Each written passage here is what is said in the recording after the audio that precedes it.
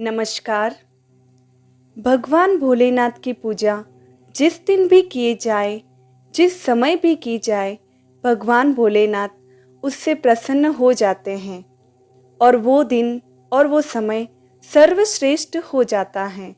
लेकिन भगवान शिव को सभी व्रतों में से प्रदोष का व्रत सबसे प्रिय है। जो भी व्यक्ति इसे अपनी निष्ठा से करता है, भगवान शिव उसकी सारी इच्छा पूरी करते हैं तथा वह अपने भक्तों को दुख दरिद्रता से दूर रखते हैं। तो दोस्तों, आज के इस वीडियो में हम आपको प्रदोष व्रत की कथा सुनाएंगे।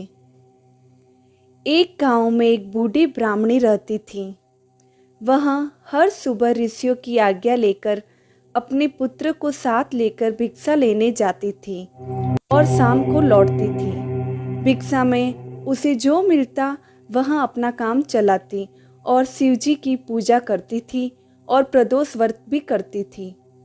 एक दिन जब वह भिक्षा लेने के लिए अपने पुत्र के साथ जा रही थी तो मार्ग में उसे विदर्भ का राजकुमार मिला।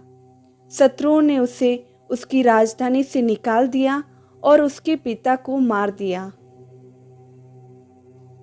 पिता की मृत्यु के बाद राजकुमार इधर उधर मारा मारा फिर रहा था। जब ब्राह्मणी ने उसे देखा तो अपने साथ लेकर आ गई और अपने पुत्र के साथ उसका पालन पोषण करने लगी। एक दिन राजकुमार और ब्राह्मणी का पुत्र वन में गए और गंधर्व कन्याओं को देखा। ब्राह्मण बालक घर लौट आया, परंतु राजकुमार साथ नहीं आया क्योंकि वह अंशुमति नाम की गंधर्व कन्या से बातें करने लगा। दूसरे दिन वह फिर अपने घर से आया और अंशुमति को अपने माता पिता के साथ बैठा देखा।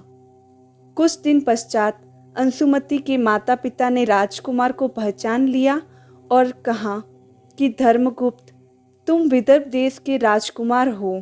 हम श्री शंकर जी की आज्ञा से अपनी पुत्री अंशुमति का विवाह तुम्हारे साथ करते हैं।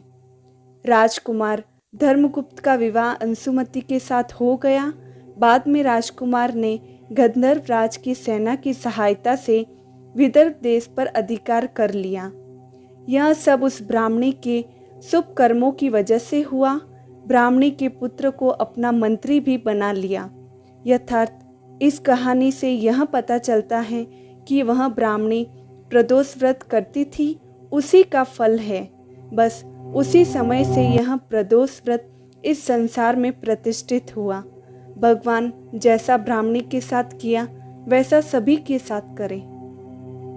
जो इस व्रत को पूरी श्रद्धा भावना से करता है, भगवान शिव उस पर अपनी कृपा दृष्टि बनाए रखते हैं।